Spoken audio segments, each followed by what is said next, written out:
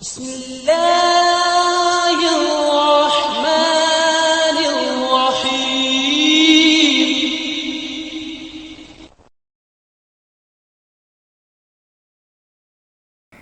بسم اللہ الرحمن الرحیم. الحمد للہ رب العالمین والصلاة والسلام علی خاتم النبیین محمد وآلہ وصحبہ اجمعین.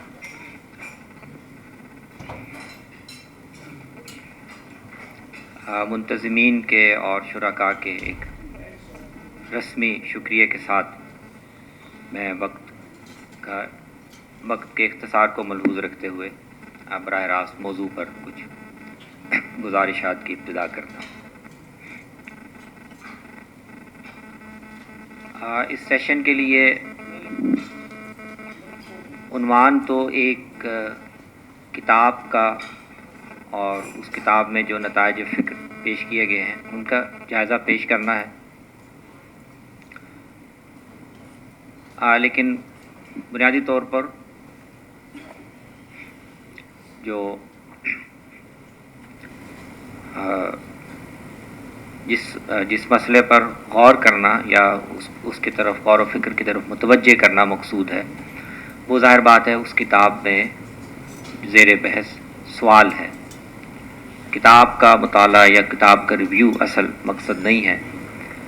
اس کتاب میں جس سوال کو موضوع بنایا گیا ہے اور اس پر جو تاریخی تحقیق کے نتائج پیش کیے گئے ہیں ان سے فائدہ اٹھانا اور پھر کچھ امکانات اس کے تلاش کرنا کہ اسی سوال کو ہم اپنے تناظر میں، اپنے سماجی حالات کے تناظر میں اس پر کیسے غور کر سکتے ہیں اور اس طرح کے کاموں سے ہم کیسے فائدہ اٹھا سکتے ہیں، کیونکہ وہ سوال جو اس میں زیر بحث آیا ہے وہ اب ایک آفاقی طرح نوعیت کا سوال بن گیا، ایک عالمی سوال بن گیا.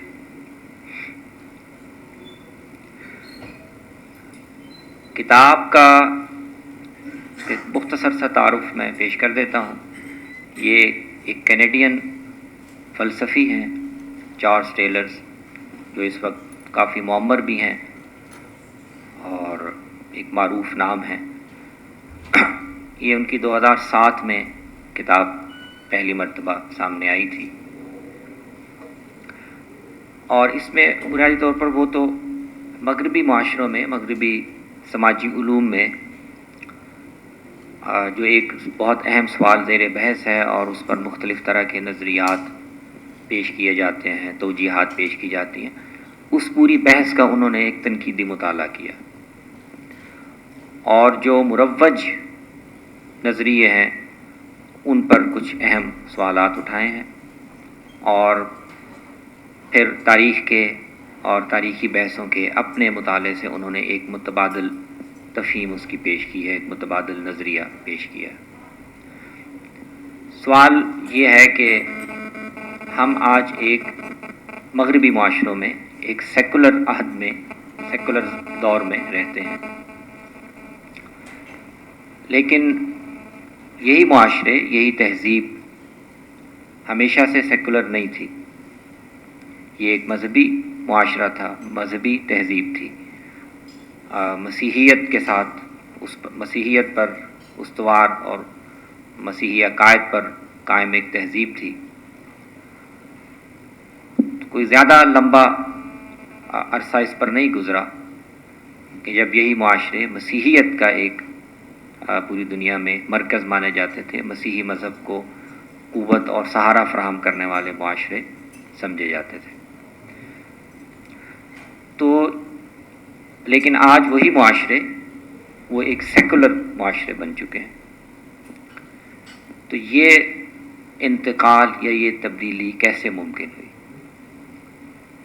500 اس میں کتاب میں 500 سال کے عرصے میں آنے والی معاشرتی، فکری، تصوراتی تبدیلیاں، ان کا ایک مطالعہ کیا گیا ہے تاکہ یہ سمجھایا جا سکے کہ 500 سال پہلے یہ معاشرے جو مسیحی معاشرے تھے اور مسیحیت کے بنیادی عقائد سے ہٹ کر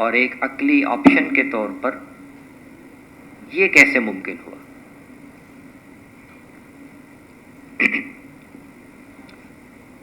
تو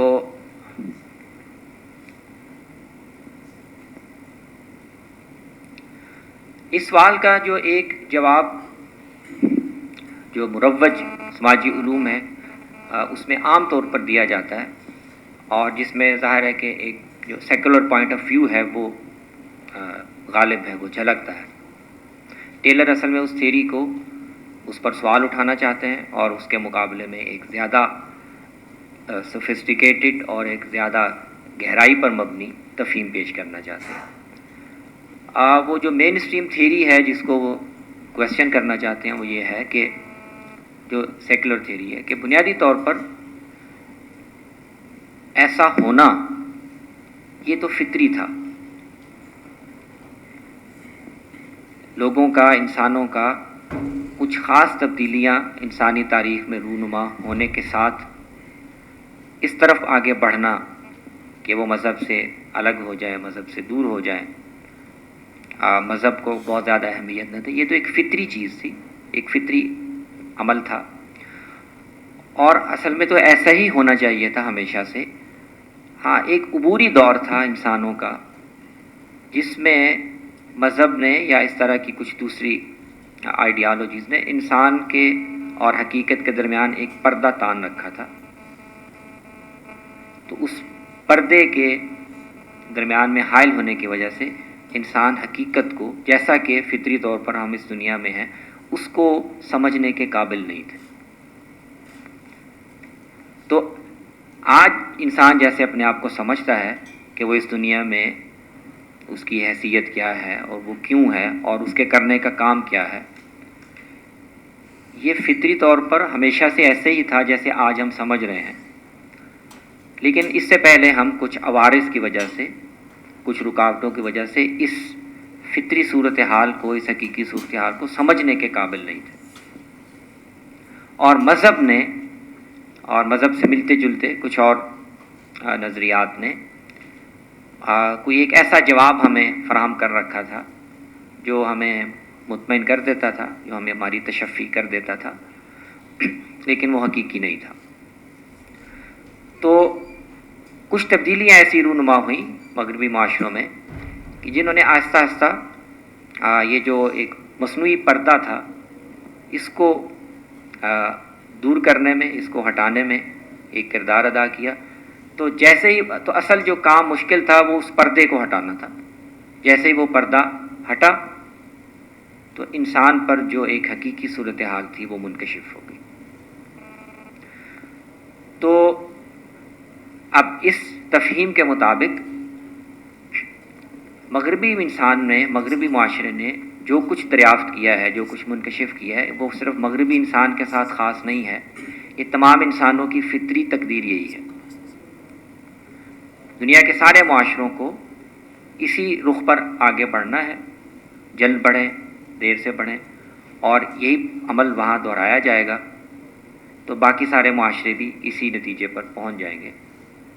مغربی معاشرے ذرا جلدی پہنچ گئے ہیں، اب وہ دنیا کو بھی گائیڈ کر رہے ہیں، باقی معاشرے بھی جیسے جیسے وہاں پر وہ عوامل اپنی جگہ بناتے جائیں گے جنہوں نے مغربی معاشروں میں بنا لی ہے، ان کا بھی ہم ذکر کریں گے۔ تو یہی سفر کا رخ ہوگا، دنیا کے باقی معاشروں میں بھی مذہب کو بالآخر یہی حیثیت حاصل ہو جائے گی، کیونکہ جو انکشاف ہے یا جو دریافت ہے وہ ایک فطری ہے، وہ آفاقی ہے۔ تو ٹیلر اصل میں چاہ رہے ہیں کہ اس تھیوری کو اور اس کے مفروضات پر سوالات اٹھائیں۔ تو یہ سوالات اٹھاتے ہوئے انہوں نے پھر پوری 500 سال کی ایک پوری ہسٹری جو ہے اس کو پھر نئے انداز سے کنسٹرکٹ کیا ہے اس کو، اور وہ سارے پہلو دکھائے ہیں کہ اگر ان کو سامنے رکھا جائے تو اس سادہ تفہیم کو یا اس سادہ ایکسپلینیشن کو قبول کرنا مشکل ہو جاتا ہے جو مین اسٹریم تھیوری میں بتائی جاتی ہے۔ تو ان کی تھیوری کے جو بنیادی نکات ہیں وہ 2-3 ہیں۔ وہ کہتے ہیں کہ یہ مغرب میں ہم جہاں پہنچے ہیں، جس نتیجے پر پہنچے ہیں، اس کے بارے میں ایک بات تو یہ سمجھنی چاہیے کہ یہ کوئی فطری، حقیقی اور پہلے سے موجود حقیقت نہیں ہے جو ہم پر منکشف ہو گئی ہے۔ ہم نے کائنات کا، حیات کا، انسان کا اور انسانی معاشرے کا یہ تصور جو غیر مذہبی ہے، یہ اسی طرح سے تشکیل دیا ہے، ہم نے اس کو بنایا ہے جیسے اس سے پہلے مذہب نے حیات کا، کائنات کا، انسان کا ایک پورا تصور تشکیل دیا تھا۔ تو یہ ایک نیو کنسٹروول ہے، یہ زندگی کو، انسانی زندگی کی معنویت کو سمجھنے کا اور اس کی تعبیر کا ایک خاص فریم ورک ہے جو ہم نے بنایا ہے۔ یہ بنا بنایا فطری گیون نہیں تھا کہ بس ایک پردہ اٹھا اور ہم پر منکشف ہو گیا۔ یہ کئی مراحل سے گزرتے ہوئے، کئی نئے تصورات وضع کر کے، کئی نئی فکری آلات ان کو ایجاد کر کے یہ ایک نئی تشکیل کی گئی ہے، ایک پورا تصور بنایا گیا ہے۔ جب ہم نے اس کو بنا لیا ہے اور اس کے مطابق معاشرے ہم نے تشکیل دے لیے ہیں، تو اب جب اس کے اندر ہے تو ہمیں ایسا لگتا ہے کہ یہ بالکل فطری ہے، اور یہی انسان کے بنائے ہوئے فکری نظاموں کا یعنی ان کی محدودیت یہی ہوتی ہے کہ جب آپ ایک نظام فکر بنا لیتے ہیں، اس کے اندر آپ رہنے لگتے ہیں، اس سے مانوس ہو جاتے ہیں، تو آپ کو لگتا ہے کہ یہی فطری ہے۔ تو پہلی حقیقت جو وہ واضح کرنا چاہ رہے ہیں کہ یہ کوئی حقیقت منکشف نہیں ہوئی۔ ہم 500 سال کی فکری تاریخ کو اگر ہم ٹریس کریں، اس کے مختلف مراحل کو، تو ہمیں وہ دکھائی دیتی ہے کہ کیسے اس کے مختلف اجزاء مختلف مراحل میں فراہم کیے گئے اور ایک نیا تصور تشکیل دیا گیا، وہ ہمیں بنتا ہوا دکھائی دے گا۔ تو یہ ایک کنسٹرکشن ہے، ایک تشکیل ہے، زندگی کو سمجھنے کا ایک نیا فریم ورک ہے جو بنایا گیا ہے، اور اس کے بنانے پر بہت محنت صرف ہوئی ہے۔ تو اس کو یہ حیثیت دینا، یہ اسٹیٹس دینا کہ یہی فطری ہے، اس کے علاوہ کوئی اور ہو ہی نہیں سکتا تھا، اور باقی معاشروں کے لیے بھی اس کے علاوہ کوئی اور حقیقی اور فطری انداز فکر نہیں ہو سکتا، تو ایک تو اس پر ایک سوالیہ نشان وہ اٹھانا چاہتے ہیں۔ دوسری بات اسی ضمن میں وہ یہ بھی واضح کرتے ہیں کہ 500 سال پیچھے اگر ہم چلے جائیں اور اس کا جائزہ لینا شروع کریں کہ یہ سفر کیسے شروع ہوا اور کن مراحل سے گزرا، تو ہمیں یہ دکھائی دیتا ہے کہ یہ کوئی خط مستقیم پر ہونے والا سفر نہیں ہے۔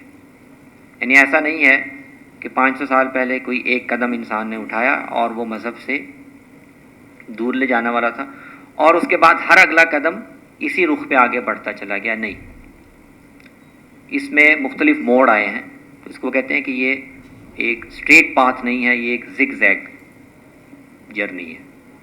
یعنی اس میں کئی موڑ آئے ہیں، ایسے موڑ بھی آئے ہیں جس میں یہ لگ رہا تھا کہ نہیں، اب دوبارہ مذہب کی طرف رجحان ہو رہا ہے، پھر کچھ ایسے موڑ آئے ہیں جس میں اس کے خلاف رد عمل ہوا۔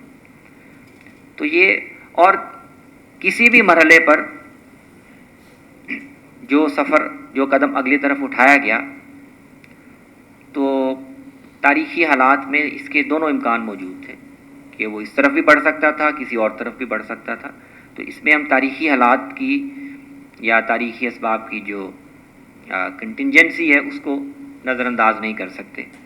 یہ کچھ خاص اسباب سے اور کچھ حالات سے یہ قدم اٹھایا گیا، لیکن یہ ناگزیر نہیں تھا۔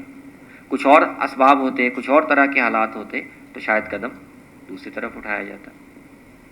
اور یہی وجہ ہے کہ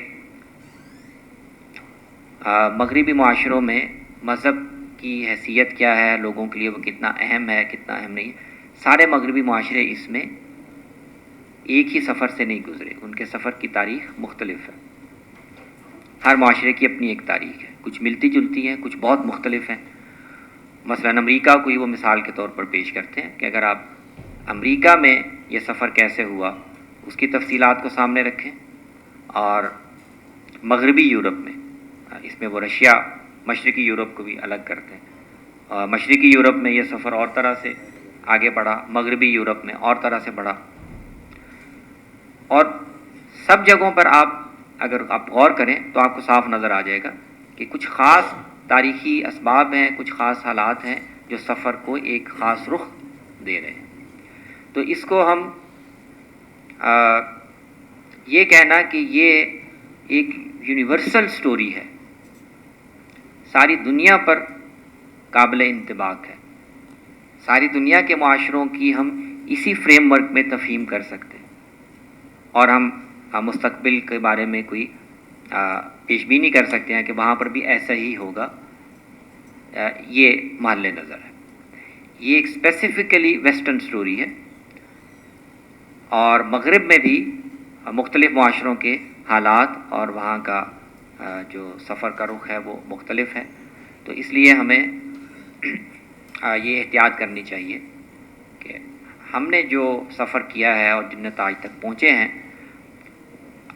فطری طور پر انسان یہ سمجھتا ہے کہ جس کو ہم صحیح سمجھ رہے ہیں، جس کو ہم مبنی بر حقیقت سمجھ رہے ہیں، وہ سب کے لیے مبنی بر حقیقت ہو، لیکن یہ علمی طور پر درست نہیں ہے۔ تو ٹیلر کی ساری کاوش کا بنیادی جو نقطہ ہے وہ اصل میں اس تھیوری کے متعلق یہ جو تصور ہے یا اس کے بارے میں جو دعویٰ ہے کہ یہ ایک فطری انکشاف ہے، یہ ایک خط مستقیم پر ہونے والا سفر ہے، اور یہ ایک آفاقی داستان ہے جو باقی سب معاشروں میں بھی اسی طرح دہرائی جائے گی، یہ قیاسات ٹھیک نہیں ہیں۔ اگر ہم اس پورے سفر کا تفصیلات کے ساتھ دوبارہ مطالعہ کریں تو ہمیں یہ دکھائی دیتا ہے کہ یہ ایک نئی تشکیل ہے جو وضع کی گئی ہے، اور یہ مختلف موڑوں سے مڑتی ہوئی یہاں تک پہنچی ہے، اور بنیادی طور پر یہ مغربی معاشروں کی داستان ہے۔ باقی معاشروں میں کیا ہوگا کیا نہیں ہوگا اس کا تعلق اب وہاں کے حالات سے، لازم نہیں ہے کہ اسی رخ پر بات آگے بڑھے۔ ہو سکتا ہے اس رخ پر بڑھے جہاں اس طرح کے حالات میسر ہوں، ہو سکتا ہے کہ وہ معاشرے کوئی اور رخ اختیار کریں۔ تو یہ بنیادی طور پر کتاب کا حاصل ہے۔ اب میں اختصار کے ساتھ اب اس کتاب میں چونکہ بہت مفصل کتاب ہے، گہری کتاب ہے، 800-900 صفحے کی، اس میں انداز بھی بنیادی طور پر تاریخ کے بیان کا کم ہے، اور وہ ایک فلسفیانہ تجزیے کا انداز زیادہ ہے، تو وہ کافی محنت مانگتی ہے ان کے پورے تھیسس کو سمجھنا اور پھر اس کو ایک مربوط شکل دینا۔ ظاہر ہے وہ سارے مباحث ہم اس ایک نشست میں نہیں لا سکتے، لیکن میں جو انہوں نے ایک پوری ہسٹری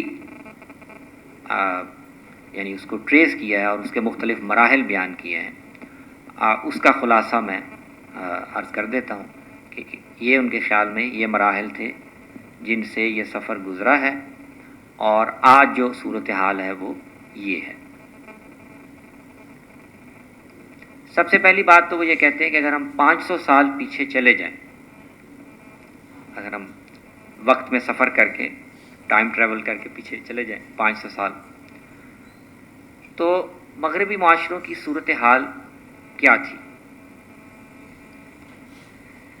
جس میں ایک تبدیلی رونما ہونے کا عمل شروع ہوا، اور پھر کیسے ایک کڑی کے ساتھ دوسری کڑی ملتی چلی گئی، اور آج ہم یہاں پر کھڑے ہیں۔ تو یہ کوئی 8-9 مراحل جو انہوں نے بیان کیے ہیں۔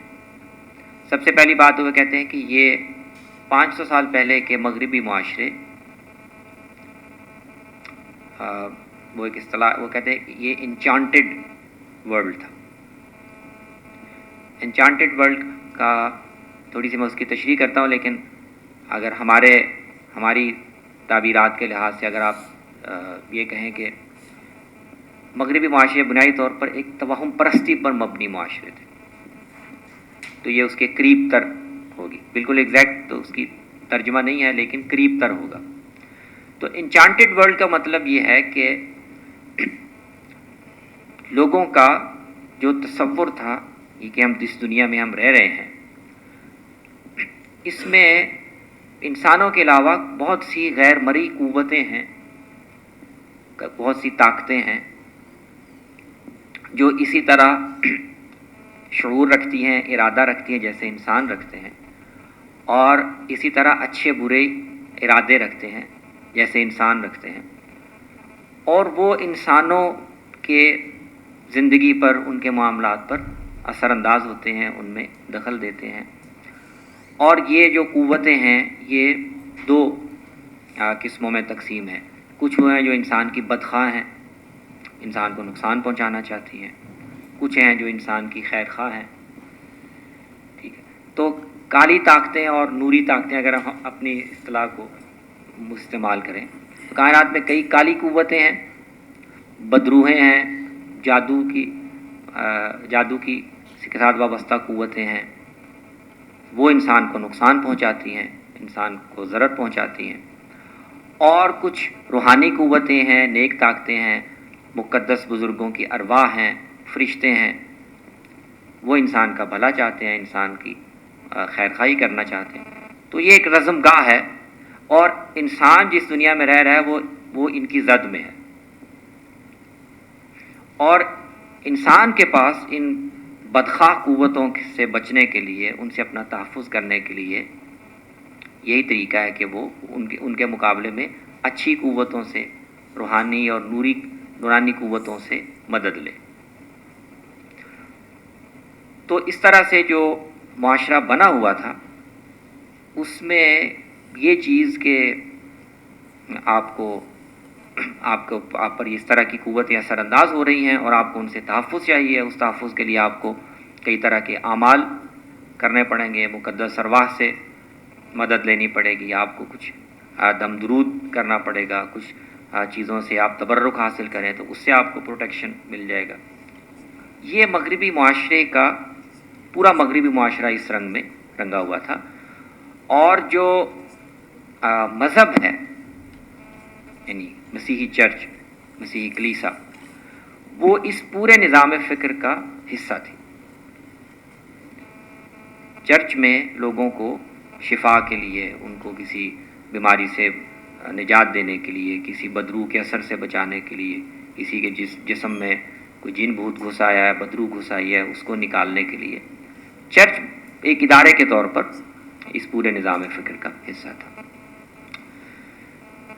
دو عوامل سے یا دو قوتوں کی مدد سے ایک بڑی اہم تبدیلی جو مغربی معاشروں میں ہوئی وہ ڈس انچانٹمنٹ کا عمل ہے، یعنی اس توہم پرستی کو دور کرنا، لوگوں کے ذہنوں سے اس خیال کو نکالنا اور اس کی جگہ اس طرف متوجہ کرنا یا اس احساس کو فروغ دینا کہ انسان کسی قسم کی ماورائی قوتوں کے، غیر مرئی قوتوں کے زیر اثر نہیں ہے۔ جو کچھ ہمیں مسائل پیش آتے ہیں، تکالیف ہیں، پریشانیاں ہیں، بیماری ہے، کچھ دوسری چیزیں، ان کو ہم فطری اسباب کے تحت سمجھ سکتے ہیں اور ان کا مداوع کر سکتے ہیں۔ تو اس میں دو قوتوں نے بنیادی کردار ادا کیا۔ ایک تو یہ کہ خود مسیحی مذہب کے اندر اصلاح کی اور ریفارم کی ایک گفتگو موجود تھی، کیونکہ یہ جو ہم معاشرے کی بات کر رہے ہیں تو اس کو آپ کہتے ہیں نا پاپولر مذہب، جو مقبول عام مذہب تھا وہ یہ تھا، لیکن جب مسیحی اہل علم، ان کے ماہرین الہیات، ان کے علماء جب صحائف کی روشنی میں، علم الہیات کی روشنی میں غور کرتے تھے تو انہیں لگتا تھا کہ یہ ٹھیک نہیں ہے، یہ جہالت ہے، یہ توہم پرستی ہے۔ تو اصلاح کی ایک گفتگو مسیحی روایت کے اندر جاری تھی، تو 15ویں 16ویں صدی میں آ کر اس گفتگو نے زیادہ قوت پکڑی، زیادہ زور پکڑا، اور یہ گفتگو زیادہ تیز ہو گئی کہ یہ ہمارے ہاں جو توہم پرستی پھیلی ہوئی ہے یہ درست نہیں ہے اور ہمیں اس کو ٹھیک کرنا چاہیے۔ تو اس کا جو نقطہ عروج تھا وہ 16ویں صدی میں پروٹیسٹنٹ تحریک کی صورت میں سامنے آیا، جنہوں نے چرچ کی اصلاح کی بھی بات کی، معاشرے کی اصلاح کی بھی بات کی، اور اس کے جو بنیادی اہداف تھے ان میں سے ایک بڑا نقطہ یہ تھا کہ جو توہم پرستی کے عمل میں معاشرہ میں مبتلا ہے اور چرچ بھی اس کا حصہ ہے، اور جو مغفرت نامے وہ اصل میں اسی سے جڑے ہوئے تھے۔ مغفرت نامے یہی تھے کہ جب آپ کہ کوئی عزیز مر گیا تو وہ ایک درمیانی جگہ میں آراف میں پھنسا ہوا ہے، اور وہاں اس کی مدد کرنے کے لیے آپ کوئی نیک عمل کریں، آپ چرچ کو خیرات دیں، تو پادری صاحبان جو ہیں وہ ارواح سے دعا کریں گے، ان سے سفارش کریں گے، اور پھر اس کی نجات ہو جائے گی۔ تو پروٹیسٹنٹ تحریک کا جو ہدف تھا اس میں ایک بڑا نقطہ یہ بھی تھا کہ یہ توہم پرستی ختم کی جائے۔ تو پروٹیسٹنٹ جو مصلحین ہیں ان کا محرک مذہبی تھا کہ یہ توہم پرستی کیوں ٹھیک نہیں ہے، مذہبی بنیادوں پر، کہ جو ہم نے خدا کی طاقت کو، خدا کے اختیار کو ہم نے اتنے حصوں میں بانٹ دیا ہے، یہ خدا کی شان کے خلاف ہے۔ انسانوں کے معاملات میں دخل مداخلت وہ ہم نے اتنے حصوں میں بانٹ دیا ہے کہ وہ خدا کا اختیار تو اس میں رہا ہی نہیں۔ تو مذہبی بنیادوں پر انہوں نے یہ آواز اٹھائی۔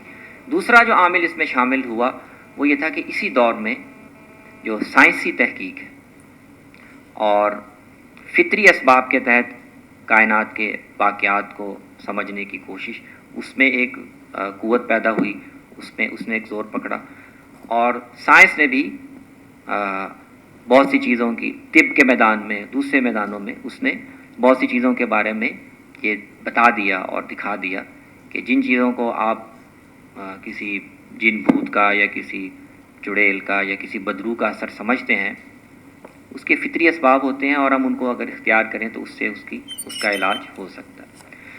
تو 16ویں صدی 17ویں صدی میں ان دونوں قوتوں نے، مذہبی بنیادوں پر اصلاح کی تحریک نے اور کائنات کو اور اس کائنات کے نظام کو اسباب کی، فطری اسباب کی روشنی میں سمجھنے کا جو عمل تھا، جس کو ہم سائنس کا ایک عمومی عنوان دیتے ہیں، ان دو عوامل نے بنیادی کردار ادا کیا، اور مغربی معاشروں سے توہم پرستی کا خاتمہ بڑی حد تک کر دیا گیا۔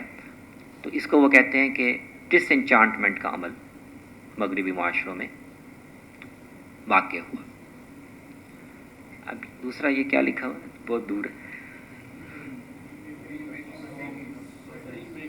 ری ویکنگ آف، جی ٹھیک ہے۔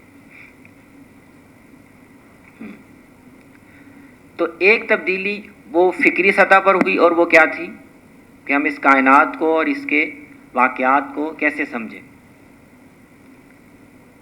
دوسری تبدیلی واقع ہوئی سماج کی سطح پر، جس زندگی میں عملاً ہم رہتے ہیں اس سطح پر تبدیلیاں واقع ہوئیں، اور ان 2-3 صدیوں میں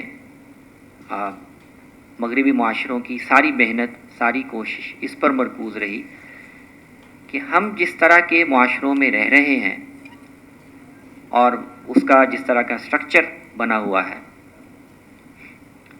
اس میں بہت سی خرابیاں ہیں۔ ہمیں اپنے معاشروں کو ایک نئے انداز سے تشکیل دینے کی ضرورت ہے۔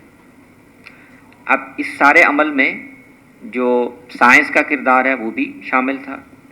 سائنس کی مدد سے جو مشینوں کی ایجاد کا اور ایک صنعتی انقلاب برپا کرنے کا عمل شروع ہوا، وہ بھی اس میں شامل تھا۔ اس کے نتیجے میں آبادیوں کی نقل مکانی اور خاص طور پر دیہی معاشروں سے شہری ماحول کی طرف انتقال، یہ ساری چیزیں شامل تھیں۔ لیکن جو عمل ہوا 2-3 صدیوں میں، جس میں یہ تاریخی اسباب بھی شامل تھے، جس میں جو وہ فکری انداز نظر کی تبدیلی ہے وہ بھی اپنا حصہ پوری طرح ڈال رہی تھی، لیکن اس کے نتیجے میں جو چیز ظاہر ہوئی، جو سامنے آئی، وہ یہ تھی کہ مغربی معاشروں کو ایک بالکل نئے انداز سے تشکیل دیا گیا، اور پرانا سانچہ معاشرے کا وہ بالکل ٹوٹ گیا۔ اس میں جو بنے ہوئے ادارے تھے وہ ٹوٹ پھوٹ گئے، ایک نئی معاشرت جو ہے وہ اس کو تشکیل دیا گیا۔ تو اس کا اثر مذہب کے ساتھ یہ تھا، یا مذہب کی جو مغربی معاشرے پر ایک گرفت تھی اس پر یہ تھا کہ پہلے تو چرچ جس طرح سے معاشرے کی تشکیل کی گئی تھی، تو اس کی تنظیم میں، اس کو قائم رکھنے میں، اس کے روزمرہ کے اعمال کو مکمل کرنے میں چرچ کا بہت بنیادی کردار تھا۔ جو چھوٹے چھوٹے گاؤں تھے، پیرشز تھے، اس کا سٹرکچر ہی اس طرح سے بنا ہوا تھا کہ چرچ کے بغیر کسی بھی کمیونٹی کی کسی بھی سطح پر جو روزمرہ زندگی ہے اور اس کے اعمال ہیں وہ انجام ہی نہیں پا سکتے تھے. تو جب یہ سٹرکچر ٹوٹا، اور تو اس کو ٹیلر تعبیر کرتے ہیں کہ مذہب کو یا مذہبی یقین کو جو سماجی اور معاشرتی سہارے میسر تھے، جو روزمرہ اعمال اور سرگرمیوں کے ذریعے سے اس حقیقت کو لوگوں کے ذہنوں میں تازہ رکھتے تھے، زندہ رکھتے تھے کہ ہماری زندگی، اس کی معنویت اور زندگی کے معاملات یہ مذہب ہی کے ساتھ جڑے ہوئے ہیں، اسی کے زاویہ نظر سے قابل تفہیم ہے. تو ایک پورا سماجی ڈھانچہ تھا جو مذہب کو اور اس کے ساتھ وابستگی کو سہارا فراہم کر رہا تھا. تو جب معاشروں کی ایک بالکل نئی تشکیل کی گئی تو وہ ڈھانچے ٹوٹ گئے، نئے ڈھانچے وجود میں آ گئے. لیکن اس سے بھی اہم بات یہ ہے کہ اب یہ جو نئی تشکیل کی گئی اس کے لیے ضرورت تھی کہ کچھ سیاسی اور سماجی تصورات اور کچھ اخلاقی تصورات بھی نئے وضع کیے جائیں. تو یہ جو نئے تصورات وضع کیے گئے کہ اب ہم نے معاشروں کی تشکیل کرنی ہے، تنظیم کرنی ہے، لوگوں کے تعلقات کس اصول پر آپس میں قائم ہو، اس میں حکومت اور شہریوں کا آپس میں تعلق کی نوعیت کیا ہوگی، حکومت کی ذمہ داریاں اور اختیار کیا ہوگا، ان سب کاموں کے لیے کچھ نئے تصورات کی ضرورت تھی. اور اسی لیے ہمیں ان صدیوں میں یہ دکھائی دیتا ہے کہ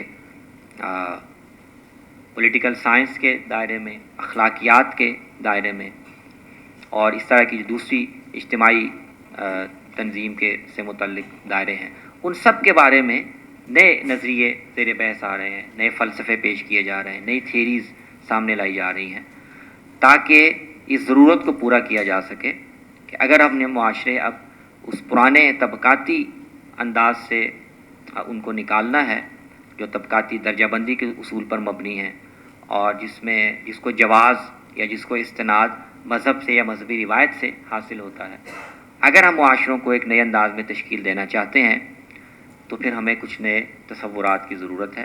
اخلاقیات کے بھی نئے تصورات کی ضرورت ہے، معاشرے کی تنظیم کیسے کی جائے اس کے لیے بھی نئے تصورات کی ضرورت ہے، ریاست کا، حکمرانوں کا اور عام لوگوں کا آپس میں رابطہ اور تعلق کس اصول پر ہو اس کے لیے بھی نئے تصورات کی ضرورت ہے. تو نئے سماجی تصورات پر، نئے سیاسی تصورات پر معاشروں کی تنظیم ہوئی. یہ دو چیزیں جب ہو گئیں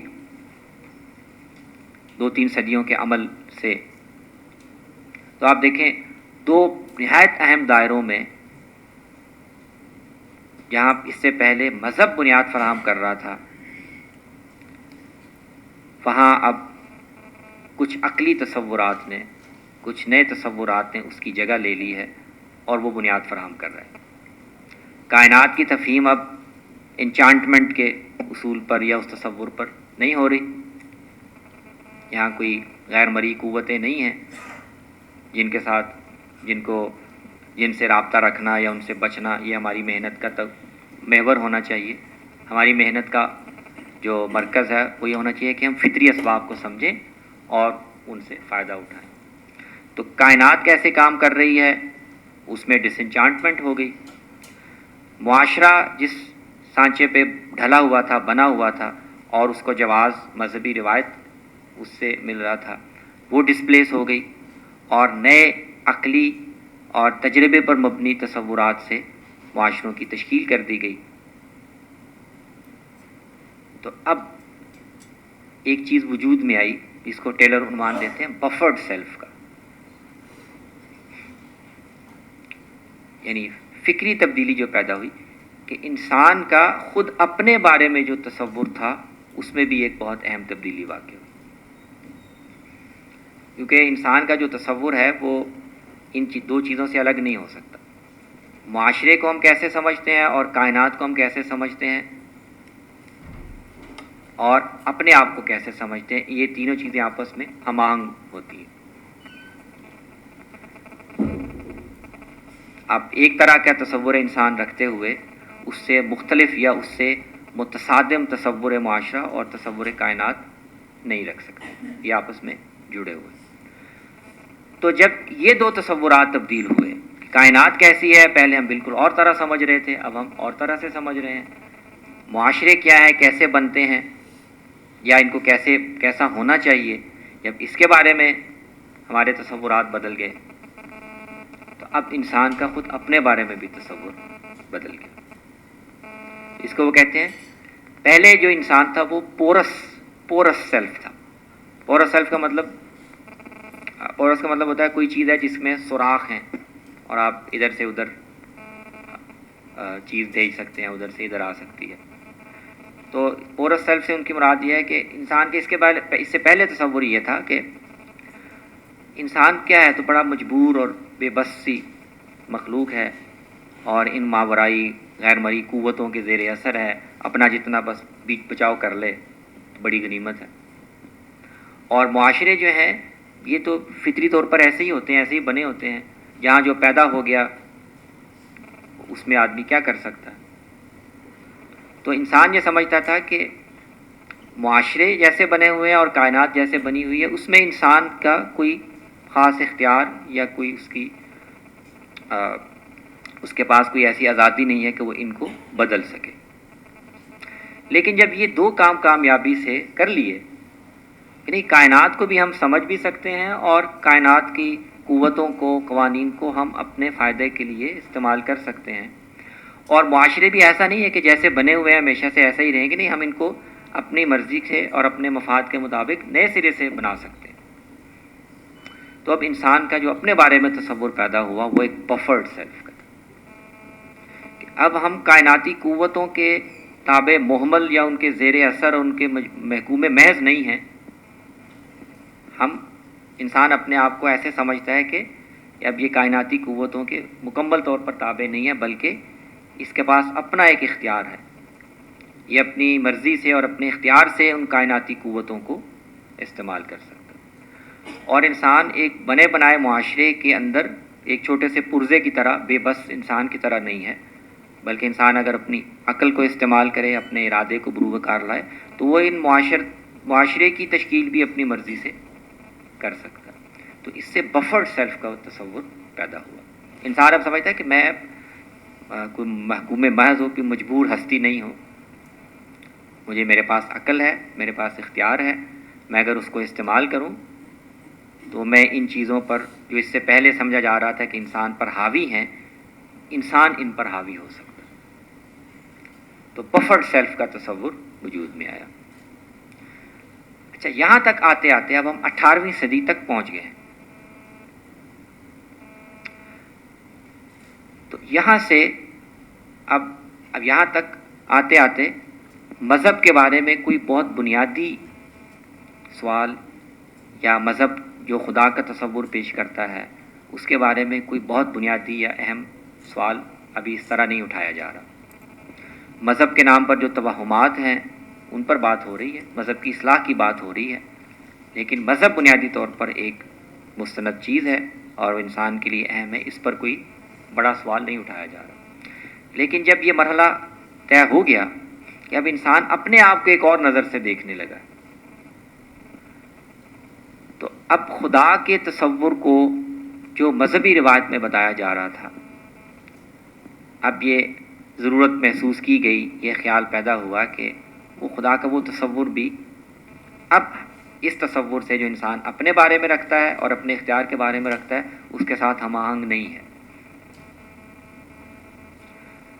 تو جو مسیحی روایت میں، یہودی روایت میں، اس طرح اسلام میں خدا کا جو تصور ہے جس کو تھیسٹک تصور کہتے ہیں، تھیزم، اس کے مقابلے میں ایک دوسرا تصور متعارف ہوا اور جو بہت مقبول ہوا 18ویں صدی میں، بہت زیادہ مقبولیت اس تصور کو حاصل رہی، ڈیزم کے تصور کو۔ اب دونوں تصورات میں خدا تو ہے، ایک ایسی قوت جس نے اس کائنات کو بنایا، یہ تصور خدا کا یہ موجود ہے، اس نے اس کائنات کو بنایا، ایک مقصد کے تحت بنایا، اس میں ایک پورا نظام کام کر رہا ہے، یہ تصور تو خدا کا دونوں میں موجود ہے۔ لیکن تھیزم کا تصور وہ یہ ہے کہ خدا نے کائنات کو بنا دیا، ایک مقصد سے بنایا، اس کے اندر کچھ قوانین اور اسباب کا سلسلہ جاری کیا، لیکن اس کے بعد خدا اس سے الگ تھلگ نہیں ہو گیا، وہ اس پورے نظام کو ہر وقت وہ سنبھال رہا ہے، اس کو قائم اسی نے رکھا ہوا ہے، اور وہ وقتاً فوقتاً جب چاہے اس سلسلہ اسباب کے اندر دخل بھی دیتا ہے۔ اس نے اس کائنات کو ایک آٹومیٹک مشین بنا کے نہیں چھوڑ دیا، بلکہ وہ اس پر نظر بھی رکھے ہوئے اس میں دخل بھی دیتا ہے۔ تو اس کا مطلب یہ ہے کہ انسان کا براہ راست خدا کے ساتھ ایک تعلق ہے۔ خدا انسانوں سے براہ راست ایک تعلق رکھتا ہے، ان سے مطالبات بھی رکھتا ہے، اور انسان بھی دعا کے ذریعے سے، مقدس لوگوں کے ذریعے سے خدا کے ساتھ تعلق میں رہتا ہے، رابطے میں رہتا ہے۔ اور یہ جو نظام اسباب بنا ہوا ہے، اس کے اندر خدا کی مدد سے اور خدا کے تصرف سے اس میں تبدیلی ہو سکتی ہے۔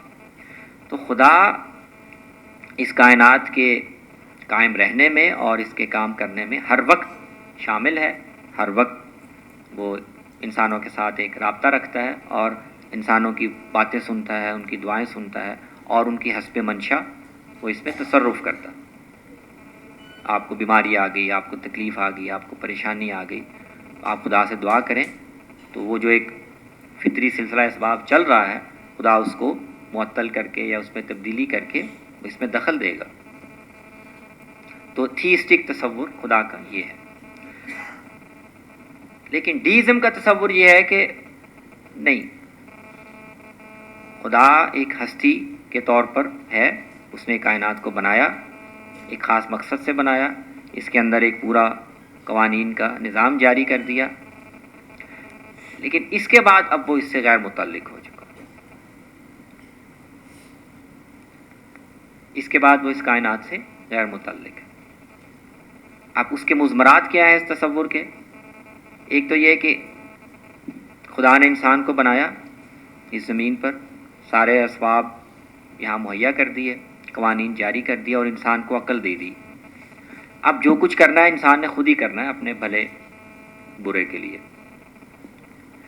تو خدا کا انسان سے اپنے لیے کوئی تقاضا نہیں ہے۔ تو پہلی چیز جو فرق واقع ہوتا ہے وہ یہ کہ تھیزم میں، تھیسٹک تصور میں خدا کی عبادت بنیادی اہم چیز ہے۔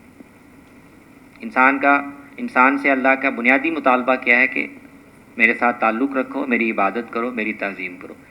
ڈیزم میں خدا کو اس کی کوئی ضرورت نہیں ہے، خدا کو انسان سے اپنے لیے کچھ نہیں چاہیے، تو اس کا انسانوں سے عبادت کا کوئی مطالبہ نہیں ہے۔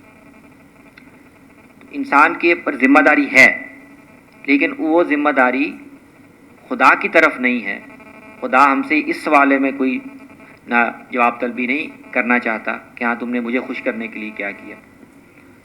خدا کا مطالبہ صرف اتنا ہے، اور اسی پر انسان ذمہ دار ہے، کہ تمہیں میں نے عقل دی تھی کہ تم اپنا بھلا کرو، تو تم نے اس عقل کو کتنا استعمال کیا، کائنات کو، اس کے قوانین کو کتنا سمجھا، اور انسانوں کی باہمی فلاح کے لیے، باہمی بہبود کے لیے جو کوشش تمہاری ذمہ داری بنتی تھی وہ تم نے کتنی کی۔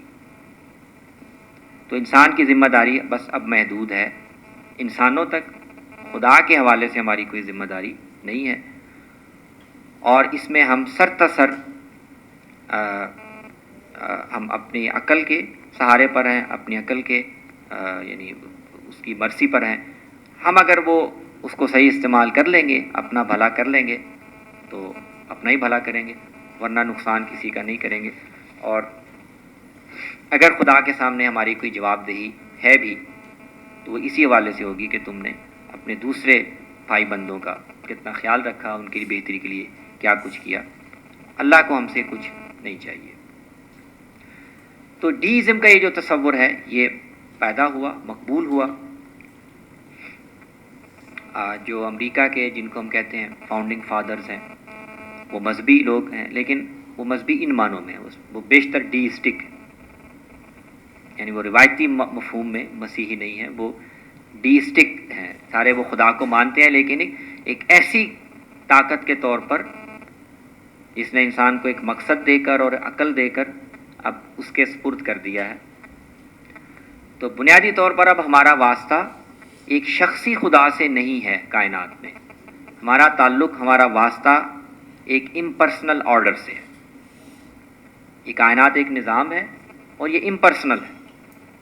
امپرسنل یہ ایک مطلب یہ ہے کہ اب اس کو ہمارے دکھ درد تکلیف کی کوئی پرواہ نہیں ہے، ہم مریں جئیں ہنسیں، کائنات کو کوئی فکر نہیں ہے، یہ ایک امپرسنل بے حصہ نظام ہے۔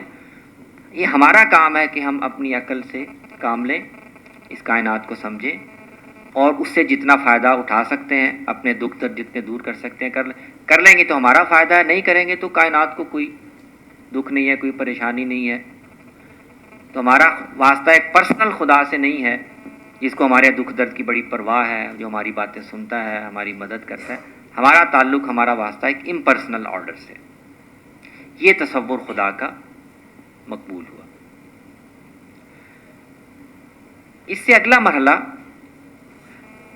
ٹیلر کی سٹوری کے مطابق مسیحی تصور خدا کے بعد یہ ایک درمیانی مرحلے کے طور پر ڈیزم کا تصور ہے کہ جس میں خدا کی نفی نہیں کی گئی لیکن اس کا تصور بالکل بدل گیا، اس کے ساتھ انسان کے رشتے کی جو نوعیت ہے وہ بالکل بدل گئی۔ اور اس کے بعد وہ اگلا مرحلہ آتا ہے، وہ اگلا اسٹیج آتا ہے جس کو ہم ایتھیزم کہتے ہیں۔ ٹیلر نے اس کو تعبیر دی ہے ایکسکلوسیو ہیومنزم۔ ایکسکلوسیو ہیومنزم کا مطلب یہ ہے کہ جس میں انسان اپنے ہر معاملے کو، ہر مسئلے کو، اپنی زندگی کی معنویت کو صرف اپنے حوالے سے سمجھتا ہے۔ ڈیزم میں کم سے کم اتنا ہے کہ انسان اپنی زندگی کی معنویت اور مقصد کا ایک ریفرنس رکھتا ہے۔ خدا ہے جس نے انسان کو پیدا کیا اور اس مقصد کے لیے پیدا کیا کہ وہ اپنی بہبود اور اپنی فلاح کا انتظام کرے۔ تو ٹیلر کہتے ہیں کہ یہاں تک پہنچنے کے بعد پھر ایک قدم مزید اٹھانے کی ضرورت تھی کہ اچھا اگر وہ خدا ایسا ہے کہ جس نے چلے بنا دیا تھا اس کائنات کو، لیکن اب ہمارا اس سے کوئی واسطہ نہیں، اس کا مطلب یہ ہے کہ اب ہمارے لیے اس کی کوئی اہمیت بھی نہیں، کوئی معنویت بھی نہیں ہے۔ تو خدا کا ہمارے لیے ہونا یا نہ ہونا، یا اس کو ماننا یا نہ ماننا، یہ کوئی معنی نہیں رکھتا۔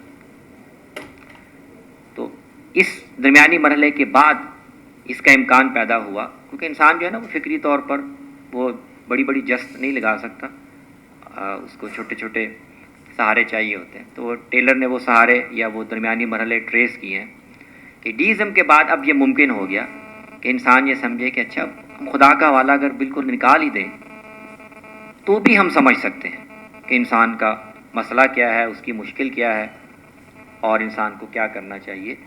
تو اب ایکسکلوسیو ہیومنزم میں یہ کہا جاتا ہے کہ انسان پتہ نہیں اس کو کس نے بنایا، کس نے پیدا کی، اس سے ہمیں غرض نہیں ہے۔ انسان اپنے آپ کو دنیا میں جس صورتحال میں پاتا ہے اس کو سمجھنا اور اس میں اپنی ذمہ داری متعین کرنا، اس کے لیے ہمارے پاس انسان سے ماوراء کوئی حوالہ موجود نہیں۔ ہم نے خود ہی اپنے آپ کو، اپنی ضرورتوں کو، اپنے مسائل کو دیکھنا ہے اور ہم نے خود ہی اپنا مقام متعین کرنا ہے کہ انسان کا مقام ہے کیا اور اس کو کرنا کیا چاہیے۔ تو مرکز اور جو نقطۂ حوالہ ہے وہ خود انسان ہے، اور انسان کی زندگی کا یا اس کے کسی سوال کا کوئی ایسا جواب انسان کے لیے قابل قبول نہیں ہے جو انسان کے علاوہ، انسان سے ماوراء کسی حقیقت کو حوالہ بنائے۔ یہ مطلب ہے ایکسکلوسیو ہیومنزم کا۔ اس کی مختلف شکلیں ہو سکتی ہیں، لیکن آپ کہہ سکتے ہیں کہ اسی کے نتیجے میں ایتھیزم یعنی خدا کو نہ ماننے کا ایک، لیکن شکلیں اس کی اور بھی کئی ہو سکتی ہیں۔ یہ مرحلہ جب آ گیا 18ویں صدی کے بعد، تو اب مغربی معاشروں پر اس کا جو مجموعی اثر مرتب ہوا اس سارے سفر کا، وہ یہ تھا کہ ایسا نہیں کہ تمام کے تمام سارے مغربی معاشرے میں تمام لوگ، تمام طبقے، تمام افراد انہوں نے یہ ایکسکلوسیو ہیومنزم قبول کر لیا یا انہوں نے ڈیزم کو قبول کر لیا۔ نہیں، یہ نئے رجحانات بھی اپنی جگہ بنا رہے ہیں، اور خاص طور پر جو ایلیٹ کلاسز ہیں، پڑھے لکھے طبقے ہیں، ان کو متاثر کر رہے ہیں، لیکن روایتی مذہب بھی موجود ہے، روایتی مذہب بھی، اس کے ادارے بھی، اس کی قوت بھی، اس کے ساتھ وابستگی بھی لوگوں کی برقرار ہے۔ لیکن فرق کیا واقع ہوا ہے کہ اب اس کے مقابلے میں کچھ نئی پوزیشنز بھی وجود میں آ چکی ہیں اور ان کو بھی معاشرے میں ایک عصبیت مل گئی. یعنی جب ایلیٹ کلاسز، اشرافیہ کے طبقات، پڑھے لکھے لوگ وہ ایک نظریے کو قبول کر لیں تو معاشرے میں قوت مل جاتی. تو اب ہوا یہ کہ ایک طرف روایتی مذہب ہے، وہ بھی اپنی قوت کے ساتھ موجود ہے. ایکسکلوسیو ہیومنزم ہے، وہ بھی اپنی نئی حاصل کردہ قوت کے ساتھ موجود ہے. تو مجموعی طور پر معاشرے پر اس کا اثر کیا پڑا؟ یہ تو ہوگی ایلیٹ کلاسز، کیونکہ مذہب جو ہے وہ بھی، جو چرچ ہے وہ ایک اشرافیہ کا ایک حصہ جس سے عام لوگ وابستہ ہوتے ہیں، لیکن چرچ یا مذہبی طبقہ وہ بنیادی طور پر اشرافیہ میں ایلیٹ کلاسز میں شمار ہوتا ہے. تو کچھ ایلیٹ کلاسز جو ہیں وہ روایتی مذہب سے وابستہ ہیں، اس کی نمائندگی کر رہی ہیں. بہت سی ایلیٹ کلاسز جو ہیں وہ ایکسکلوسیو ہیومنزم سے متاثر ہیں. تو جو عام معاشرہ ہے، عام آدمی ہے، اس پر کیا اثر پڑتا ہے؟ تو اس کو نووا ایفیکٹ کی ایک تعبیر استعمال کی ہے ٹیلر نے. نووا ایفیکٹ کہتے ہیں کہ فزکس میں کہ جب کوئی ایک بڑا ستارہ کسی وجہ سے پھٹ جائے تو وہ اس کے چھوٹے چھوٹے ٹکڑے، ہزاروں ٹکڑے وہ یوں بکھرتے ہیں. تو مذہب کے حوالے سے نووا ایفیکٹ کا مطلب یہ ہوا کہ اب وہ معاشرہ جس میں اس سے پہلے مذہب ہی ایک مرکزی قوت تھا جو معاشرے کو مجتمع رکھا ہوا تھا، اب اس کے مقابلے میں ایک دوسری قوت پیدا ہوئی. ان دونوں کے درمیان ایک کشمکش ہے، لیکن عام معاشرے کے لیے اس کا اثر کیا ہے؟ ایک نووا ایفیکٹ پیدا ہو گیا. اب عام لوگوں کے لیے ان دو انتہاؤں کے درمیان، ایک طرف روایتی مسیحی تصور خدا اور ایک طرف ایتھیزم، ان دونوں کے درمیان بے شمار پوزیشنز ممکن ہو گئیں اور وہ ایک پورا ایک اسپیکٹرم بن جاتا ہے، پوری لائن بن جاتی ہے، جس میں کچھ لوگ ہیں، کچھ طبقے ہیں جو روایتی مذہب کے ساتھ کمیٹڈ ہیں، جڑے ہوئے ہیں. کچھ طبقے ہیں جو بہت واضح طور پر ایتھیزم کی طرف. لیکن جو معاشرے کا بڑا طبقہ ہے، اکثریت میں ہے، وہ ان دو قوتوں کے درمیان، کچھ وہ ہیں جو مذہب کے ساتھ اس طرح تو نہیں جڑے ہوئے، لیکن وہ مذہب سے قریب تر کوئی ایک جگہ ڈھونڈ لیتے ہیں جس میں وہ اطمینان محسوس کریں. کچھ وہ ہیں جو تھوڑا سا اس سے مزید فاصلے پر چلے جاتے ہیں. کچھ وہ ہیں جو بالکل درمیان میں آ جاتے ہیں. کچھ وہ ہیں جو مذہب کی یا خدا کی بالکل نفی نہیں کرتے، لیکن ان کا مجموعی زاویہ نظر وہ ایتھیزم کے قریب تر ہی ہوتا ہے. تو اب عام لوگوں کے لیے ان دو متحارب یا ان دو مخالف پوزیشن کے درمیان ان کے لیے امکان پیدا ہو گیا، یہ جگہ پیدا ہو گئی کہ جہاں جس کو اطمینان ہوتا ہے، جو جگہ جس کو جتنی مطمئن کرتی ہے وہ اس کو اختیار کر لے. تو یہ نووا ایفیکٹ پیدا ہوا. اب معاشرے میں مرکزیت نہیں رہی، اب معاشرے میں ایک ایسی قوت نہیں رہی جو تمام انسانوں کے لیے، تمام معاشرے کے لوگوں کے لیے ایک ہی تصور کو ایک طرح سے ناگزیر قرار دے. اب انفرادی انتخابات ممکن ہو گئے ہیں اور درجنوں مختلف پوزیشنز ممکن ہو گئی ہیں. تو یہ نووا ایفیکٹ ہے اور اس کا رد عمل بھی ہوا. اس کی تفصیل میں نہیں جا رہا کہ یہ جو جدیدیت کا یا عقلیت کا ایک رجحان پیدا ہوا ہے ایکسکلوسیو، اس کا ایک رد عمل بھی پیدا ہوا.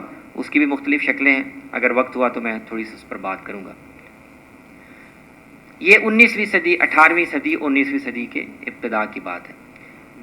19ویں صدی اور 20ویں صدی میں وہ کہتے ہیں کہ یہ جو ترک ایمان کا ایک روش پیدا ہوئی ہے، اس کے خلاف ایک رد عمل پیدا ہوا، مذہبی رد عمل. اور اس میں چرچ نے یا مذہب سے وابستہ لوگوں نے نئی صورتحال کو سامنے رکھ کر ایک نئی کوشش کی، نئی دعوتی تبشیری مہمات وہ ان کو تشکیل دیا گیا. کئی قسم کی نئی کلیسا اور چرچز وجود میں آئیں. کئی قسم کے ایسے عمل شروع کیے گئے لوگوں سے رابطہ رکھنے کے، ان کو مذہب سے قریب لانے کے، جو اس سے پہلے چرچ نہیں کیا کرتی تھی. تو اس کو وہ عنوان دیتے ہیں ایج آف موبلائزیشن کا، کہ ترک ایمان یا الحاد کی طرف جانے کا جو رجحان پیدا ہوا، اس کے خلاف ایک دفعہ تو مذہبی قوت نے پورے زور کے ساتھ 19ویں صدی کے آخر اور 20ویں صدی کے شروع میں ایک بھرپور کوشش کی، محنت کی اور اس کا اثر بھی دکھائی دیا.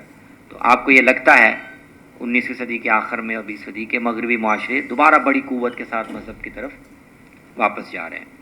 تو اس کو وہ کہتے ہیں ایج آف موبلائزیشن.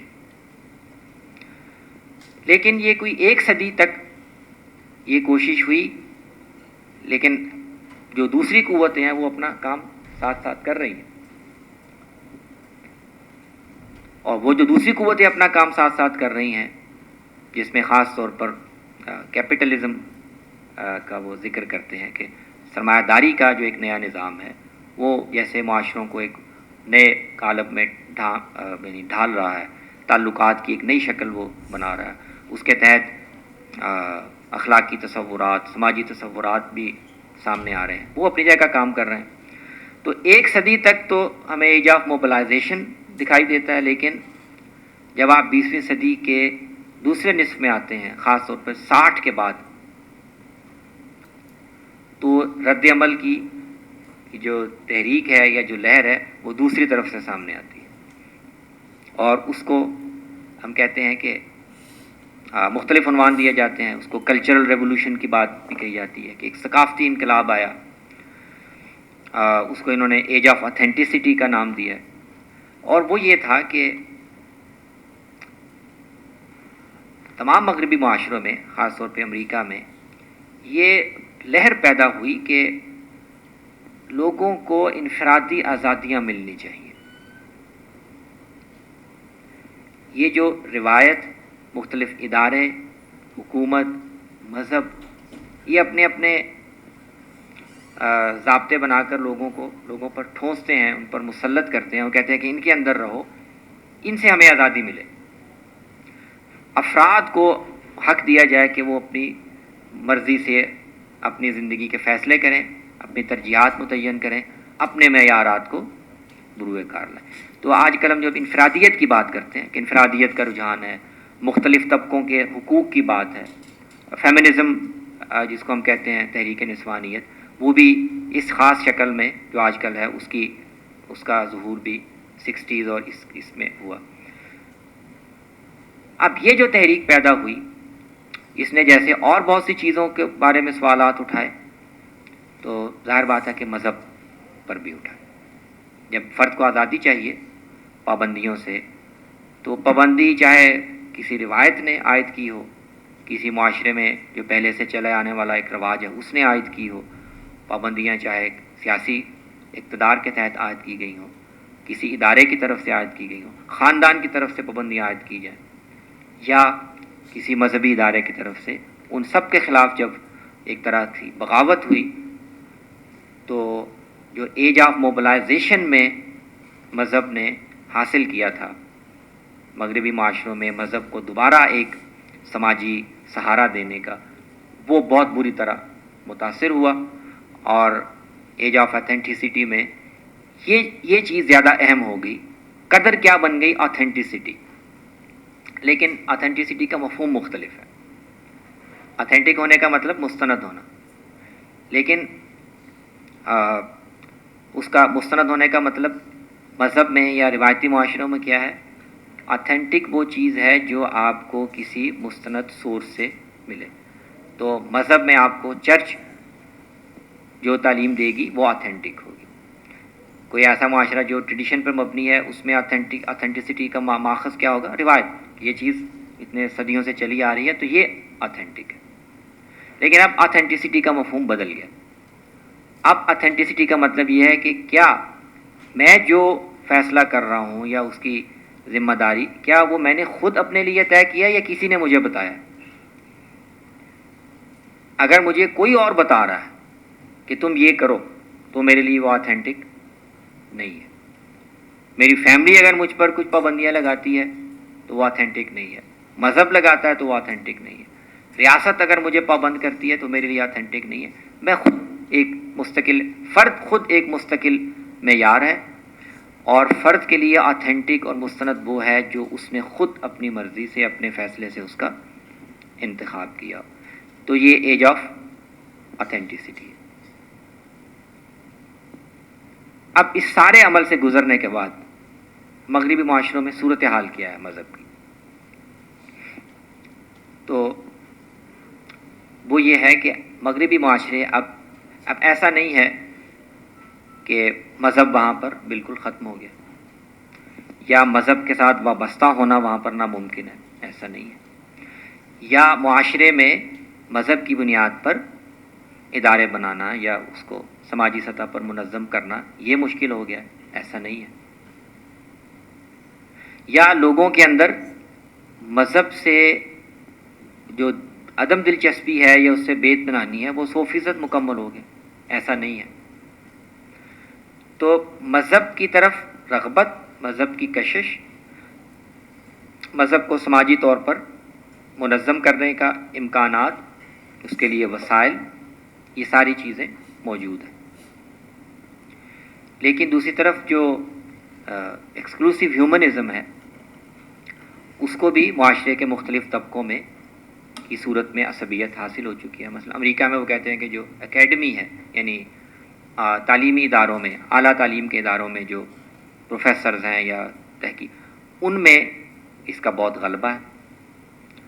عام امریکی آبادی میں، عوام میں ان کا اتنا اثر نہیں ہے، وہ وہاں پر لوگوں کا مذہب کے ساتھ تعلق کسی نہ کسی رنگ میں غالب ہے، لیکن جو علمی تعلیمی ادارے ہیں ان پر ہیومنزم کا زیادہ غلبہ ہے۔ تو صورتحال یہی ہے کہ مغربی معاشرے میں مذہب کی یا الحاد کی یا ایمان اور ترک ایمان کی بحث ابھی کسی فیصلہ کن نتیجے پہ نہیں پہنچی۔ یہ ایک کراس پریشرڈ سوسائٹی ہے۔ کراس پریشرڈ کا مطلب یہ ہے کہ دو قوتیں ہیں اور وہ دونوں اپنا دباؤ ڈال رہی ہیں، دونوں اپنا اپنا مقدمہ پیش کر رہی ہیں، دونوں کے پاس لوگوں کو کھینچنے کے لیے کچھ ہے، دونوں کے پاس لوگوں کو، ان کے ذہن کو، ان کی نفسیات کو اپیل کرنے کے لیے کچھ چیزیں ہیں، اور عام انسان، زیادہ تر انسان، وہ اس دو طرفہ دباؤ کی حالت میں زندگی گزار رہے ہیں۔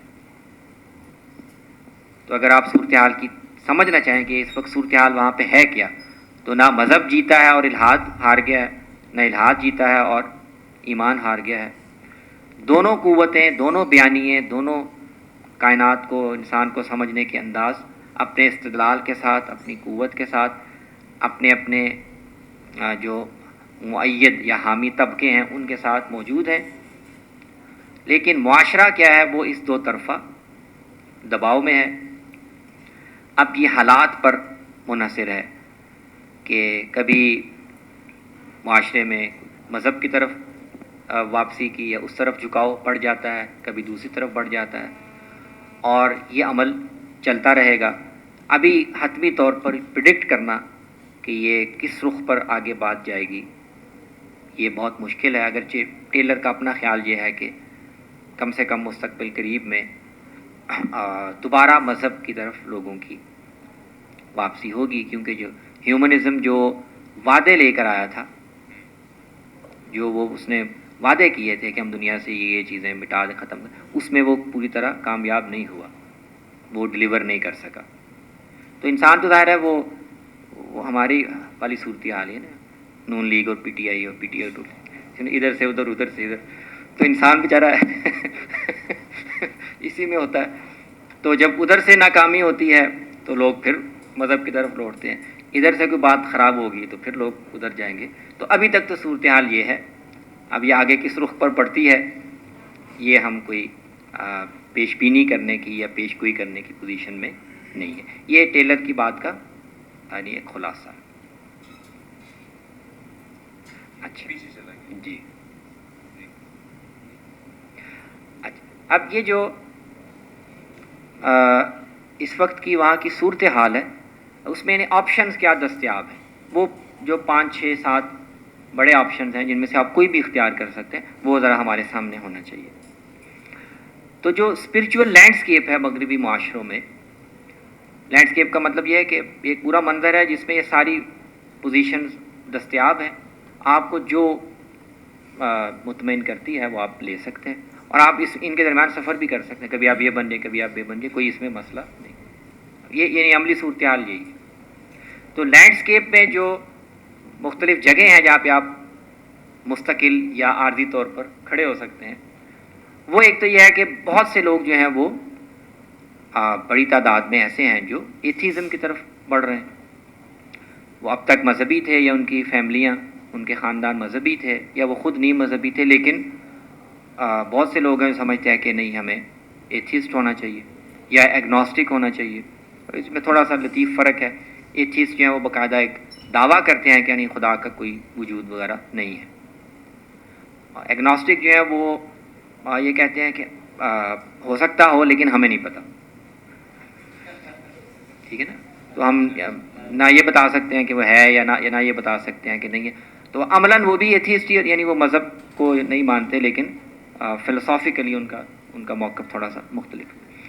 اچھا، ایک بڑی تعداد ایسے لوگوں کی ہے جو نان پریکٹسنگ کرسچن ہیں، مسیحی ہیں. وہ ان سے آپ پوچھیں تو وہ کہیں گے ہم مسیحی ہیں. کسی نہ کسی ڈینومینیشن اس کے ساتھ وہ اپنی نسبت بھی بتائیں گے، لیکن وہ نان پریکٹسنگ ہے. نان پریکٹسنگ کا مطلب یہ ہے کہ وہ چرچ وغیرہ نہیں جاتے، بائبل نہیں جاتے، جو بھی ان کے حلال حرام ہے اس میں کوئی فرق نہیں رکھتے، لیکن وہ اپنے آپ کو مسیحی مانتے ہیں، کلچرل مسیحی ہیں. اور اس طرح جب وہ مریں گے تو وہ اسی کو پسند کریں گے کہ ان کو مسیحی طریقے پر ان کا جنازہ پڑھا جائے. اچھا، بہت سے لوگ ہیں جو امپرسنل گاڈ، وہ جو ڈیسٹ ہے، وہ پوزیشن بھی موجود ہے. خدا ہے تو صحیح، لیکن اس کا میرے ساتھ کوئی لینا دینا نہیں ہے، اب وہ میرے کسی کام نہیں آ سکتا. تو اس حد تک وہ خدا کو مانتے ہیں. تو یہ بھی موجود ہے. اچھا، ایک اور جو ڈیولپمنٹ ہے یا یہ ہے کہ مسیحی معاشروں میں غیر مسیحی مذاہب کے لیے بھی کافی سپیس پیدا ہو رہی جو پہلے ممکن نہیں تھی. تو اب جب اس مذہب کی گرفت کمزور ہوئی اور ایتھیزم کی گنجائش پیدا ہو گئی، تو ظاہر ہے اس کے لیے اس کے ساتھ یہ جب آپشنز پیدا ہو گئے کہ آپ جہاں آپ کو کوئی چیز مطمئن کرتی ہے، تو اس کے نتیجے میں لوگ ان مذاہب کی طرف بھی متوجہ ہو رہے ہیں یا راغب ہو رہے ہیں جو کہ روایتی مسیحی مغربی مذاہب نہیں ہے. ٹھیک ہے نا. اس میں بدھزم کا کافی پھیلاؤ ہے، اسلام کے بارے میں ذکر ہوتا ہے کہ اسلام کی طرف لوگ متوجہ ہو رہے ہیں. تو غیر مسیحی مذاہب بھی ایک آپشن کے طور پر موجود ہے. اچھا، ایک اور چیز بھی ہے، نیو ایج. نیو ایج مذہب یہ ایک پوری رینج ہے جس میں لوگوں کے اندر وہی جو قدیم توہم پرستی تھی، روحوں پر یقین، بدروحوں پر یقین، ان کے لیے مختلف ریچولز، تو اس طرح کے جو انداز ہیں مذہبیت کے وہ بھی اب دوبارہ ظہور کر رہے ہیں. تو بہت سے لوگ مغربی معاشروں میں وہ نیو ایج جو قسم کے مذاہب ہیں ان کی بھی کئی شکلیں ہیں. تو لوگ اپنے اطمینان کے لیے یا اپنی تشفی کے لیے اس طرح کے مذہبی روایتوں کے ساتھ بھی جڑ رہے ہیں. اچھا، کیتھولکس ہیں جو کہتے ہیں ہم کیتھولک ہیں، وہ اپنے آپ کو اس مسیحی بھی کہتے ہیں، کیتھولک بھی مانتے ہیں، لیکن وہ آپ کہہ لیں کہ متجدد کیتھولک ہیں. ہماری جو اصطلاح متجدد کیتھولک ہیں. ہم کیتھولک تو ہیں لیکن ہم کیتھولک چرچ روایتی طور پر جو ہمیں تعلیمات بتاتی ہے ان میں سے کئی کو ہم نہیں مانتے، وہ ٹھیک نہیں ہے. ٹھیک ہے. تو وہ اپنی کیتھولک روایت کی ایک نئی تعبیر کرنے والے بھی وہاں پر موجود ہیں. اچھا، کئی ایسے بھی ہیں جنہوں نے وہ کہہ رہے ہیں کہ نہیں یہ ہم کسی ایک ہی ٹریڈیشن سے کیوں وابستہ ہوں، ہمیں کچھ باتیں کرسچینٹی کی اچھی لگتی ہیں، یہ بدھزم کی بھی یہ بات بھی اچھی، تو اپنے اپنے ملغوبے بھی بنا لیتے ہیں. ٹھیک ہے. تو جو لینڈسکیپ ہے، کلچرل لینڈسکیپ، یا جن آپشنز کی ہم بات کر رہے ہیں کہ مذہب کے حوالے سے لوگوں کے درمیان یہ سارے آپشن آ گئے ہیں، اور چونکہ ان کو پابند کرنے والی کوئی طاقت نہیں ہے یا فکری طور پر وہ نیریٹو یا وہ جو تفہیم تھی کہ ایک ہی مذہبی روایت مستند ہے اور آپ کو اس کی پابندی کرنی ہے، چونکہ وہ اپنی قوت اس کی ختم ہو گئی ہے، تو یہ سارے آپشنز لوگوں کو دستیاب ہیں. ایک اور چیز بھی یہاں شاید میں نے ذکر نہیں کی، وہ یہ ہے کہ اسپرچویلٹی ایک اور انداز بھی ہے. بہت سے لوگ یہ کہتے ہیں کہ ہم مذہبی نہیں ہیں لیکن ہم اسپرچویلی روحانیت پر یقین رکھتے ہیں. تو وی آر اسپرچوئلس ناٹ ریلیجیس. یہ بھی ایک بہت سے لوگوں کے لیے یہ بھی ایک انتخاب ہے. تو مذہبی ہونے کا مطلب یہ ہے کہ ہم کسی باقاعدہ مذہبی روایت سے وابستہ نہیں ہیں. وہ ہمیں جو خاص رسوم آداب ضابطے بتاتی ہے اس کے ہم پابند نہیں ہیں، لیکن ہم یہ مانتے ہیں کہ ہاں کوئی ایک روحانی حقیقت موجود ہے. تو اب بس اس کے ساتھ ہم ایک اپنے طور پر ایک ربط رکھ سکتے ہیں، یا اس پر غور و فکر کر سکتے ہیں. یا کئی لوگ جو ہیں وہ مختلف قسم کی یہ جو بدھزم کی یا یوگا کی مشقوں کے ذریعے سے وہ ایک اسپرچویلٹی پیدا کرنے کی بھی کوشش کرتے ہیں. تو یہ سارے جو انتخاب ہیں، یہ سارے راستے وہاں پر ممکن ہیں. اور یہ کیسے پیدا ہوئے ہیں اس کی ایک تفہیم ٹیلر نے پیدا کی ہے. یہ ٹیلر کی کتاب کا جتنا خلاصہ، زیادہ جو انہوں نے فلسفیانہ بحثیں اٹھائی ہیں ان کا یہاں موقع نہیں تھا، لیکن جو ان کا پوری کتاب کا ایک ملخص ہے وہ میں نے آپ کے سامنے رکھا. اب آپ مجھے وقت بتائیں گے کہ اس کو ہم یہاں روک دیں، سوالات لے لیں. سوالات ٹھیک جی. اب آپ کے سوال. ہاں جی، سب سے پہلے آپ کا یہ کوئی جو بھی وہ سوال پہلے. جی بسم اللہ الرحمن الرحیم. مختصر اور ٹو دی پوائنٹ. جی شروع میں آپ نے فرمایا تھا سیکولرزم کے بارے میں. تو سیکولرزم یہ صرف مذہب کے متضاد ہے یا اسلام کے متضاد ہے، اور اس سے زیادہ کس طبقے کو زیادہ نقصان ہوا ہے سیکولرزم سے متاثر ہوا ہے؟ اچھا ہاں، یہ اس سوال میں ابھی یعنی کافی اس کو تحدید کی ضرورت ہے. سیکولرزم ظاہر ہے جب وہ مذہب کے بارے میں ایک موقف طے کرتا ہے تو وہ مذہب کوئی بھی ہو تو اس کا جو اثر، مثلا آپ نے ریاست کو چرچ سے الگ کر دینا ہے تو وہ جیسے مسیحیت کو الگ کریں گے تو مسلمان معاشروں میں اگر آپ اسلام کو ریاست سے الگ کر دیں گے تو سیکولرزم کا تقاضا یہی ہوگا. ٹھیک ہے نا، یعنی نظری طور پر. عملاً کس کو نقصان ہوا ہے یہ میرے خیال میں کافی وسیع سوال ہے. اگر آپ تھوڑا سا اس کو محدود کریں کہ آپ کس طرح کے نقصان کی بات کر رہے ہیں، یا تو یہ بھی بتائیں کہ مغرب یا مشرق میں یعنی کہ ہمارا جو اسلام ہے نا خاص طور پر ہمارے ہاں تو ابھی میرے خیال میں ابھی جس کو سیکولرزم کہتے ہیں وہ صحیح معنوں میں وہ تو کہیں آیا نہیں. اگر ان کے سوال کو ان معنوں میں لیا جائے کہ اس ساری بحث کا انطباق ہمارے معاشرے پر کیسے ہوتا ہے؟ ہاں وہ جی، یہ ایک پورا الگ سوال میں نے رکھا ہوا تھا کہ ہم اس پر غور کریں کہ یہ جو ساری داستان ہم نے مغربی معاشروں کے تناظر میں سمجھی ہے، اس میں ہمارے لیے سیکھنے کی کیا چیز ہے.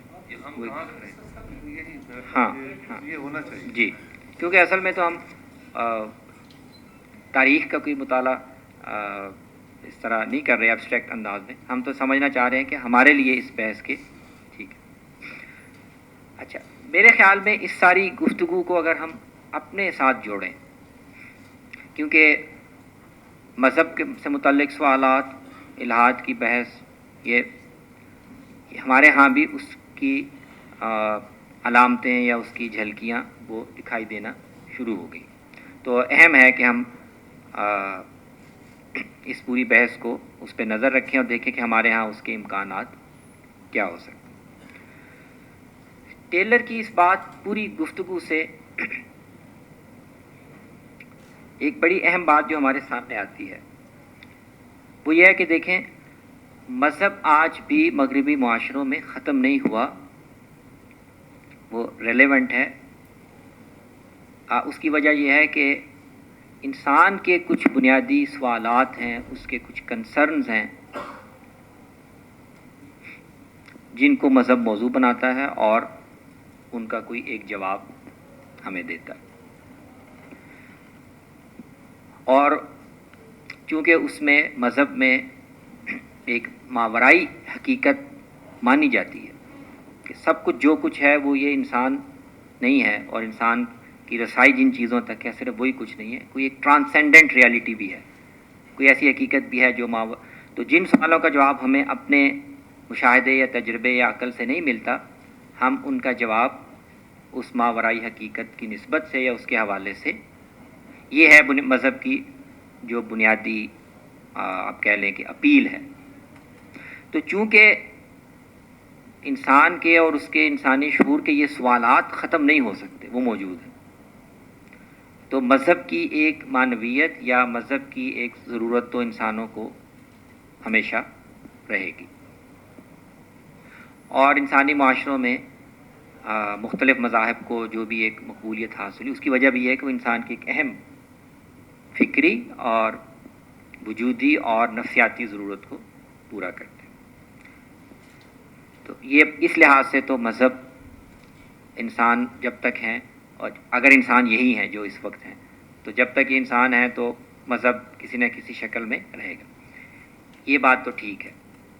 لیکن دوسری بات بہت اہم ہے کہ کوئی بھی معاشرہ یا کوئی بھی تہذیب جب ان سوالات کے حوالے سے کسی ایک مذہبی روایت کو یا کسی ایک، کیونکہ مذہبی موقف یا بیانیہ یا وہ ایک تو نہیں ہے، دنیا میں مختلف ہیں، کوئی بھی تہذیب جب کسی ایک مذہب کو یا مذہبی روایت کو قبول کرتی ہے تو دیکھیں یہ معنویت تو مذہب کی ہے، لیکن کوئی معاشرہ جب کسی مذہبی روایت کے ساتھ، کسی مذہبی عقیدے کے ساتھ وابستگی اختیار کرتا ہے، قبول کرتا ہے، اور معاشرے کی یعنی بقا کی یا اس کے قیام کی بنیادی اساس میں اس کو شامل کرتا ہے، تو پھر یہ ضروری ہے کہ جو معاشرے کی تشکیل کے مسائل ہیں، معاملات ہیں، ان کے درمیان اور یہ جو اعتقادی اساس ہے اس کے درمیان ایک خاص طرح کی ہم آہنگی پیدا ہو۔ یہ رشتہ اگر ٹوٹ جائے تو جیسے مغربی معاشروں میں ہوا کہ وہ سیاسی ڈھانچہ، وہ معاشرتی ڈھانچہ جو مذہب کو اور مذہب کے خاص فہم کو سہارا فراہم کر رہا تھا، وہ جب ٹوٹا ہے، وہ ختم ہوا ہے، اور اس کی جگہ پر ایک خلا پیدا ہونے سے یا ایک جگہ پیدا ہونے سے کچھ دوسرے تصورات نے جگہ لی ہے جو مذہبی تعلیم سے یا مذہبی روایت کے ساتھ اس سے سند یافتہ اس طرح نہیں تھے، تو پھر مذہب کے لیے سنجیدہ سوالات پیدا ہوتے ہیں۔ تو میرے خیال میں یہ ایک لمبی بحث کا موضوع ہے، لیکن ہمارے ہاں بھی ہمیں یہ دیکھنا پڑے گا کہ ہمارے ہاں ابھی تک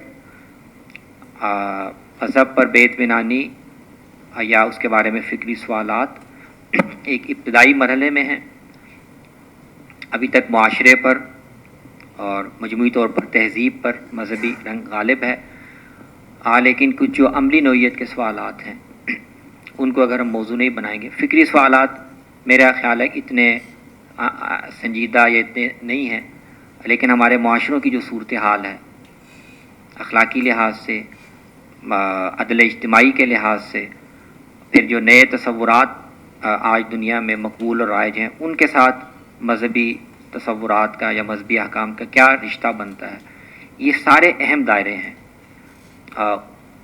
ان پر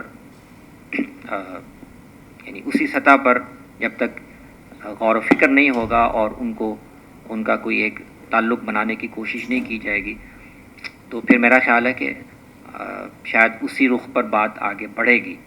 ٹیلر نے یہ ضرور کہا ہے کہ ضروری نہیں کہ باقی سارے معاشرے اسی رخ پر آگے بڑھیں، لیکن اس نے کلی نفی بھی نہیں کی۔